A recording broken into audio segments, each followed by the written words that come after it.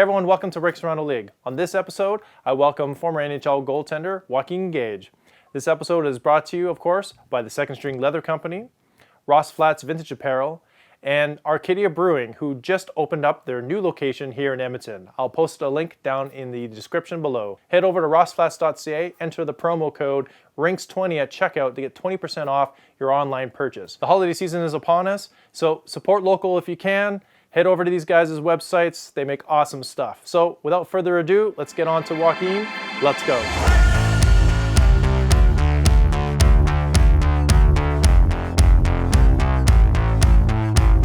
Hey everyone, welcome to Rinks Around the League. I'm of course your host, Jeff Nash, and with me today is my first NHL goalie guest, Joaquin Gage, formerly of the Edmonton Oilers. He had an illustrious pro career spanning 14 years. He was selected in the 5th round, 109th overall by the Oilers. He wound up playing 23 games, but he had a pretty long pro career over in Europe. He played for Ayers Scotland, wound up his career playing his last year in Italy. He also represented Canada at the Spengler Cup, and he's also the goalie on the host Two Guys and a Goalie. So Joaquin, welcome to the show. Thanks for coming on. Jeff, this is great. Thanks, man. This is. I'm sorry we can't be in the studio together. That looks like quite the setup. But you even have one of my childhood friends growing up in Vancouver, Paul Correa, up there. I keep looking at that.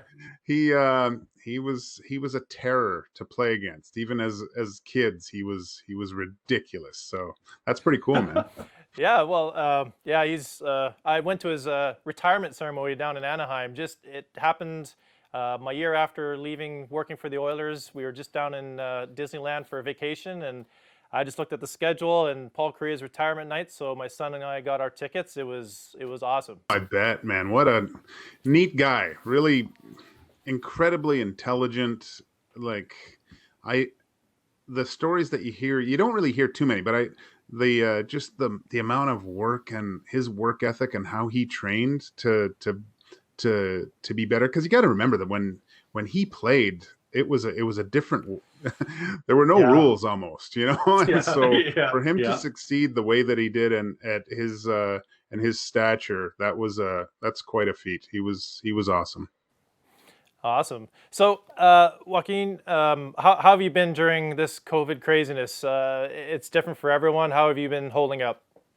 Well, I guess I think it's pretty good. I mean, I had kind of started to ventured out in a new career and just got going, and then all of a sudden, boom, this kind of hits, right? So I think I was along the lines of how a lot of other people were thinking, well, maybe I have a week off. I'll just kick it at home and catch up on some Netflix and stuff. But as the weeks dragged on and went a little bit further, and the kids were home, it got to a point where, well, I was like, okay, well, at least we got a longer summer here, trying to find some positives.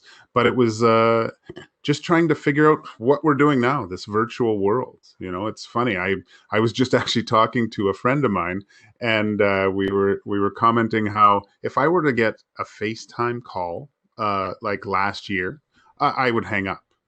But now if anyone's phoning me, I'm the guy drinking cranberry juice, cruising down on my longboard, right? Like it's just the way we do things now. It's completely virtual, and it's a lot of fun.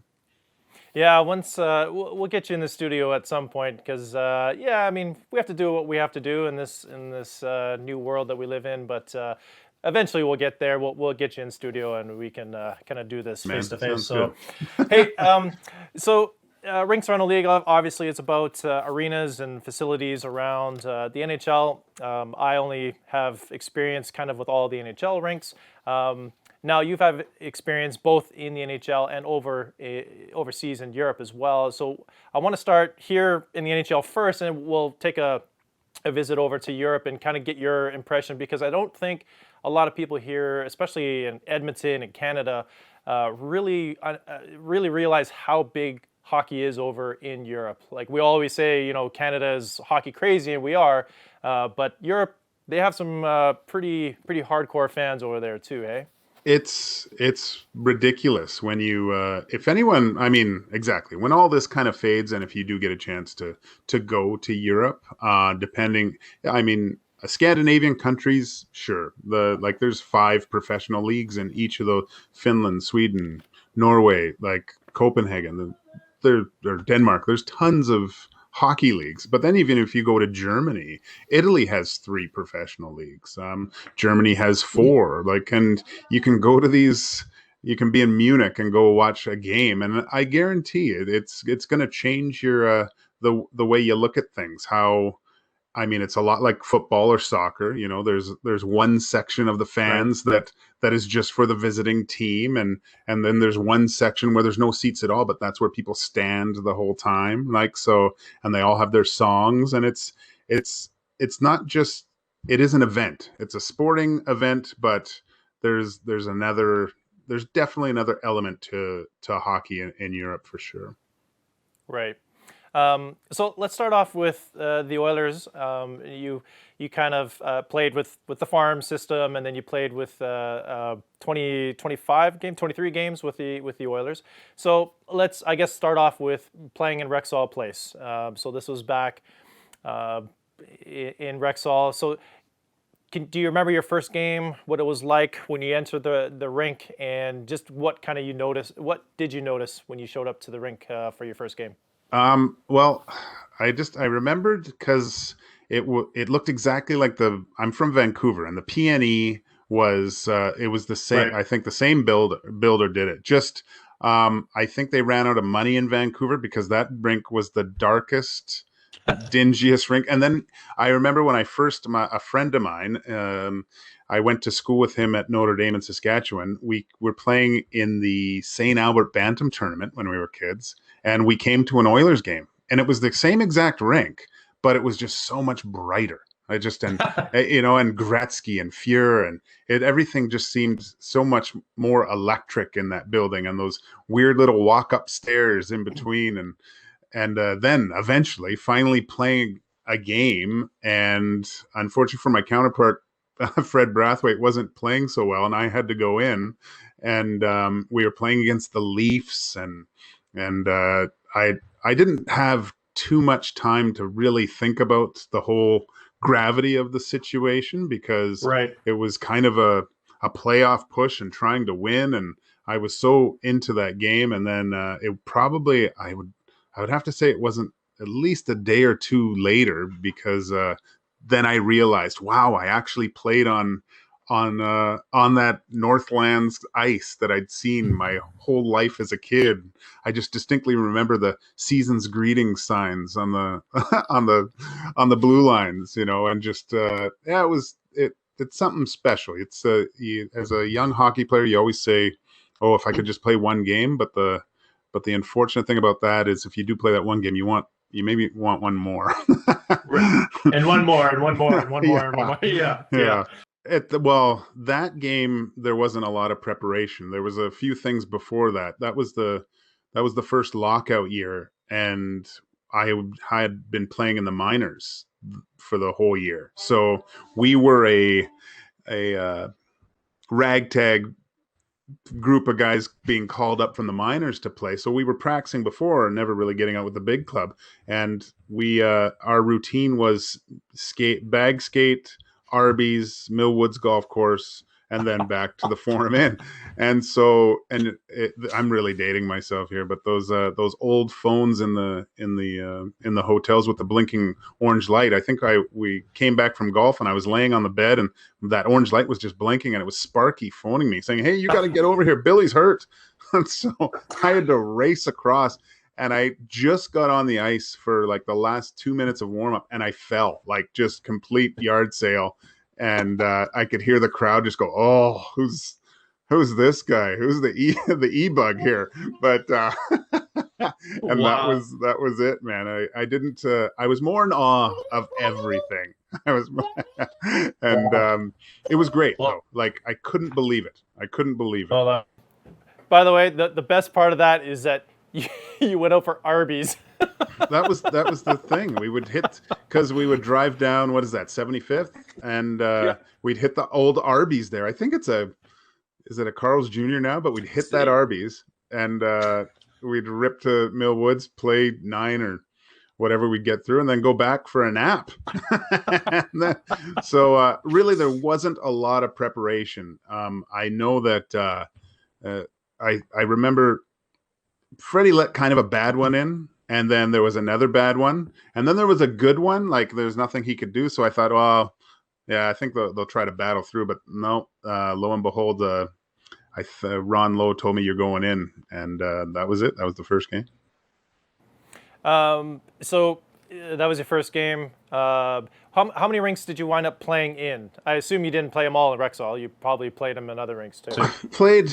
I got to play. I guess probably the most famous rink I did play in was the old Buffalo Auditorium, which was kind of built like the old the Chicago arena. So fans right on top of you, really loud, short glass. Like it had that real old feel, right? Right. And I didn't play, but I old Maple Leaf Gardens. The one regret was I was drafted. When I was drafted by Edmonton, the draft was in the Montreal Forum.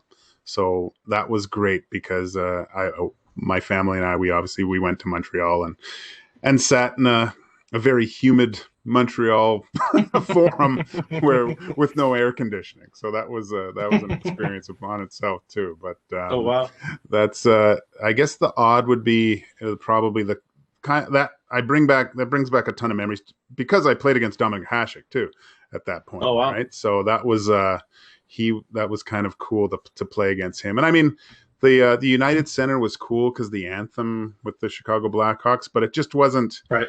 You don't really hear it as much as I guess you would hear in the old rink.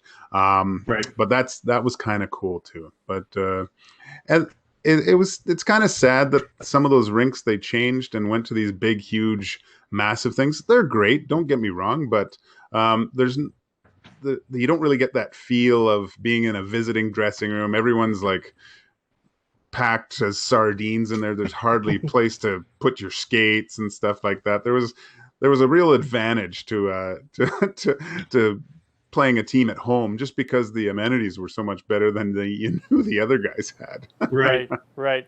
Yeah, I was just gonna ask, like those rinks, like the odd. I mean, even Rexall Place had its characteristics. A lot of the older rinks, the Joe Louis Arena, Maple Leaf Gardens.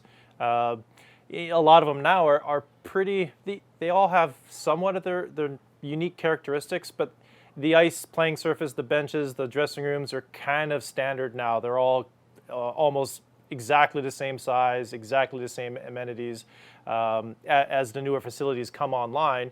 But obviously that's missing in the newer rinks. But tell me why. We're kind of older guys now, but we like the more characteristic stuff. But what do you think the fan misses out of that, those kind of experiences?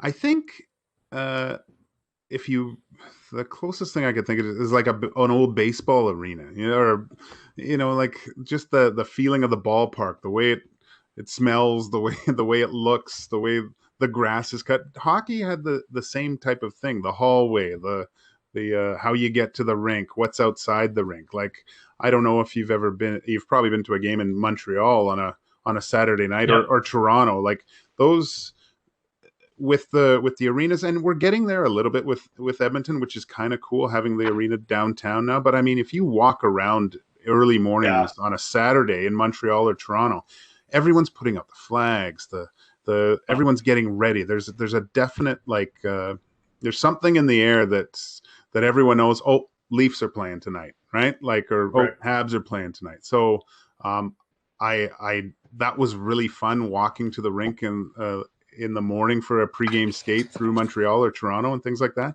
But man, it's I hope that comes to Edmonton because that's a great feeling. It's just an awesome, cool thing to be part of. I want to touch a little bit on the quirks goalies have in certain rinks. Now, everything nowadays is standardized, but was there a characteristic of a certain rink that you loved or hated when you were in goal? I mean, you were always kind of a little bit more hesitant when you went to a rink that you didn't play in as much. Like for the just say the Oilers playing against Calgary, Vancouver, you get into those rinks a few times. Maybe you've played in that conference for a while. You kind of get to know the boards and stuff. If you watch, especially if you watch Mike Smith, if he goes out east before a game, like or in warm up, you'll see him rim the puck a few times just to see, and Right. it doesn't happen as much anymore. But there was always a little nook or cranny where guys would dump it in and the puck would just die, or if they rimmed it right, it would pop out in the middle, and I mean, you see players kind of do those plays where they bank the puck off the backboards. I remember Joe Louis was just ridiculous like that. I think Nicholas Lidstrom got half his points by just shooting the puck wide, right? So just the little things like that. You don't see them as much anymore just because the glass is seamless and better, and the Right. boards are done. But you went into those old rinks, you had to there wasn't too much venturing out to stop pucks behind the net because half the time you didn't know if that was going to go straight in. Right. And so tell me about when you're in net and you're focused on the game, what aspects of the building actually uh, uh, impact your game? You mentioned the boards. What about, you said the lighting in the PNC or the PNE in Vancouver was horrible. What were some of the characteristics of some rinks that actually affect your game, whether it's the lighting or the glass or whatever? um, Obviously, lighting was a big part of it. Sometimes even, which was weird, was the markings on the ice were a little bit different. I know playing in the minors, sometimes you'd have advertisements, especially in Europe. You would have tons of advertisement, so it'd almost be like akin to a batter in baseball playing with a shadow. You'd see the Right. puck disappearing and come back. But I do remember sometimes the blue lines were a little bit darker in some places than not, and you'd get the guy. Maybe the puck would go back, and it would disappear if he was handling it on the blue line, and you'd go. And it would take a second if he shot it quick to just pick the puck up, but not so much. All the lighting is so much better now, but there Right. were back in the day a few rinks that just didn't. The even the seats behind, those would become dark, so you could, if the puck was up in the air, you'd almost lose it in the fans depending on how they were lit. Dark jerseys didn't help too. Right. All right, let's swap over to Europe for a little bit here. So you played in Scotland, you played in Germany.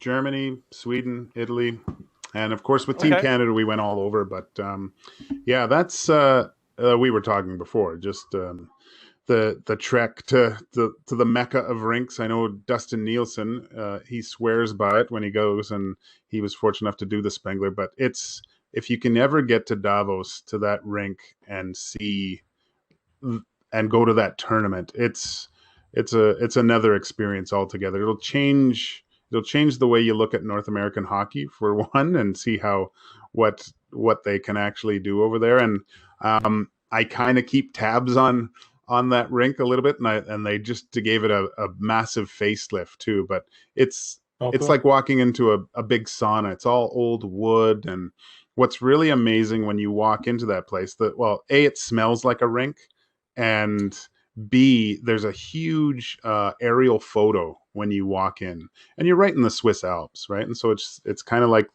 you are here, and you're just completely surrounded by mountain ranges, and you're just like, oh my gosh, I can't believe where I am, what's happening. I'm watching really cool hockey with fans that just don't stop for 9 days or ever how long, and it's an experience. It's unbelievable. There were a few rinks when I did play in Germany that were outdoor, right? So the one side was usually open. There's one rink in Augsburg. The rink is actually in kind of like a park, and it's you actually have to go down into the rink into this where it actually sits. So, but in the wintertime, the snow would come flying in there, and Wow. they'd have to scrape the ice because so much snow would be flying, and the temperature would drop so bad. I remember one time, it was in the third period, and I came to the bench and I was like, my jersey was, it didn't feel right. Like I was like, what's going on? And it had actually frozen straight Oh, out. And wow. because it was so cold and the wind was blowing, so and to make the game fair, we had to switch ends at the 10-minute mark of the third period because the guys were going so fast the one way because they had a they had a head of wind. It wasn't fair for the other team to have to play against that twice. So they actually Wow. came to agreement who would get the wind on the latter part of the third period. We actually ended up winning, and I think that was a big reason because everyone at the end of the game, you're kind of a little bit tired, and but we had that how do you the wind at our backs, as they say. Isn't that a Celine Dion saying? Yeah, yeah. Or was that beneath my name? Wow. I don't know. Well, I mean that's really cool. I've seen a lot of European rinks have that kind of outdoor thing, and I mean from a obviously from a rinks perspective, I just look at that. I'm like, that is awesome. Like as a player, that must be so fun to play in, even if it is windy or cold. It must be. It's obviously memorable, right? Oh gosh, yeah, it's like, and even they have a new one there now, but the rink in Mannheim in Germany, it was outdoors as well, and you could smoke, right? Because so the worst thing about it is it was just like, I mean, again, dating myself, but going to the bar back in the day, coming home and reeking like cigarettes. Just imagine sweating in hockey gear and taking that off and just smelling like a pack of Marlboro Lights. It was just ridiculous. Um, Speaking of playing over in Europe, I had Sean Bell on last season on the show, and he mentioned we talked about, when you're growing up in Canada, it's about playing in the NHL, and that's for a lot of guys, that's always the benchmark. That's where you want to go. That's where you want to stick. And for a player who gets a handful of games in, but just for whatever reason struggles to find a permanent home in the NHL, they go to Europe. And what Sean was saying last season was it renewed his passion for hockey. I think the grind of the NHL and just trying to crack the show, so to speak, kind of wore you out. Were you in the same position at all, or was it a different experience for you? Yeah, I'd have to say yes. I remember I wasn't. It was I think it was my third year pro, and I was thinking I was better than I actually was, and I had kind of a bad year, and I had some offers to go to Europe, and so I was, but my stubbornness, I was like, I want to play in the NHL, and I was young enough where I thought I could do it again, and it was a hard grind, and then but I actually was able to make it back, and grinding through a bunch of different teams and different organizations. It took a year playing on the Canadian national team, and I ended up signing again with the Oilers. And it's one thing to get to the NHL; it's another thing to stay. And Right. it's a very difficult league to establish a career in for sure. But yeah, I just after that season, I didn't have enough in me to keep battling it out. And what had happened is I did play on Team Canada for a year, and it opened my eyes to what hockey could be like overseas. So it was kind of like an addition to go over there, and I really looked forward to it, and it was so. Sean probably had mentioned this, but just the meat grinder of going to the minors, getting called up, and not knowing what's going to happen. Am I going to go play here? Like to know that you're in one spot for the whole year, and you can really focus in on not just your game, but trying to win and be part of a winning a championship and put all your eggs kind of in that basket. That was a nice thing to all of a sudden have. And I mean, of course, pressure and stuff is good and it motivates you. But Right. at that point in my career, I didn't need any other push than the drive to win. I don't think, right? So Right. that's where I really started excelling and really enjoying myself, and I got to live in some pretty awesome spots throughout that. Yeah, he mentioned, and he and I had this conversation, and from even my own personal experience working for the Oilers for 5 seasons, you see guys, they go up and down, and even if you had a stellar game, it doesn't mean that you're going to be up with the club for you could be up for a game, score 2 goals, and then you're right back on the charter, back to the farm team, and it's really hard to articulate to the average fan.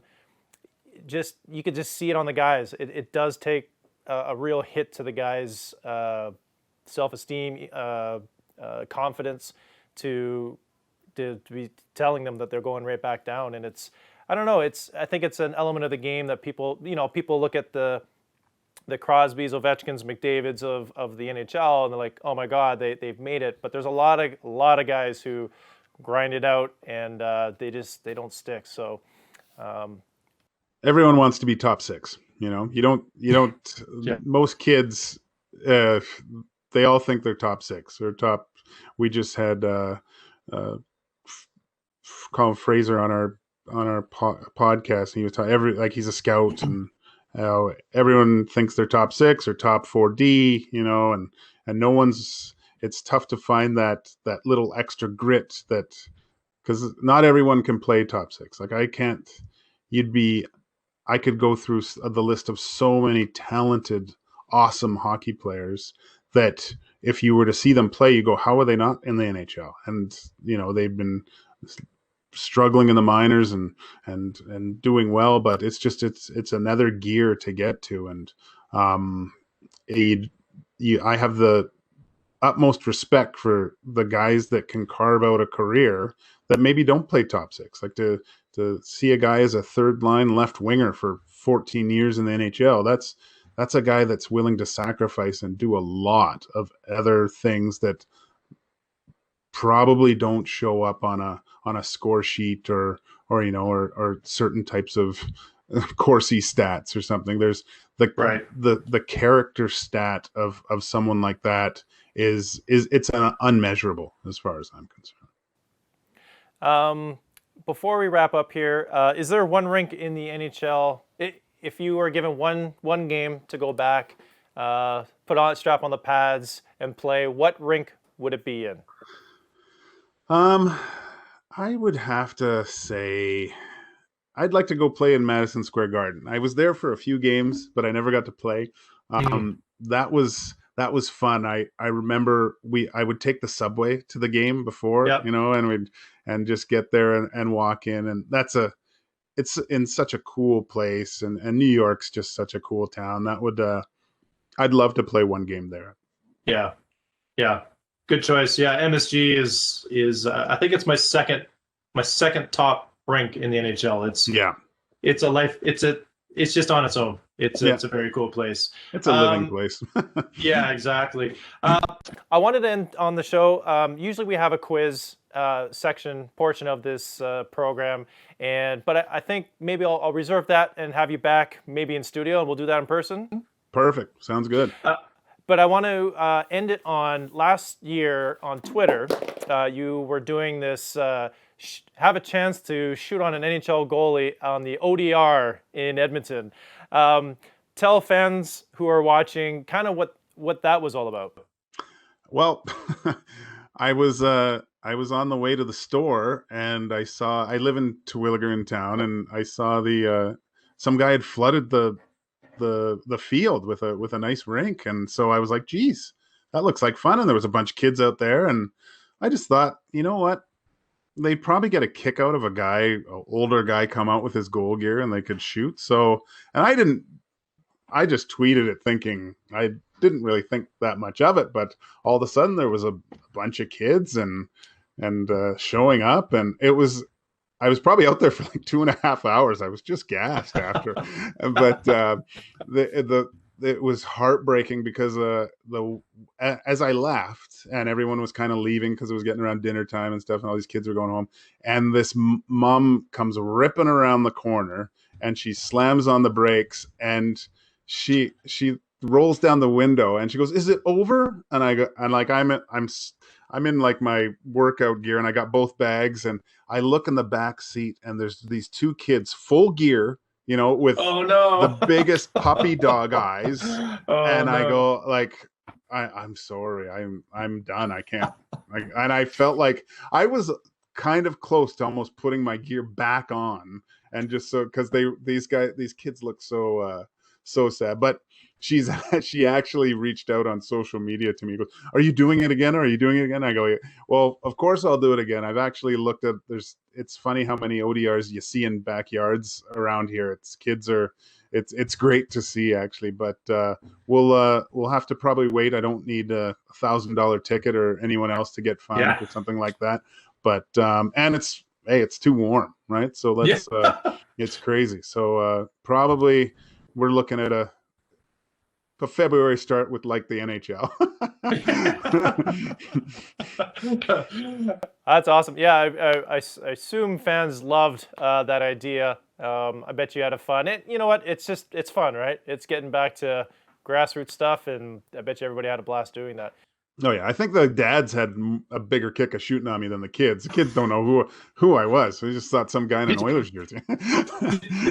Did you have any hotshot dads just rip it? They were trying. It was good. But everyone joined the millions of others that have scored on me too. Just they were a little puffy chested on the way out. Awesome. Well, Joaquin, thanks a lot for joining me on the program, and happy holidays. Stay safe, and hopefully we'll get you in the studio here soon. Awesome, Jeff. Thanks for having me, buddy. Awesome. And that does it for this episode of Rinks Around the League.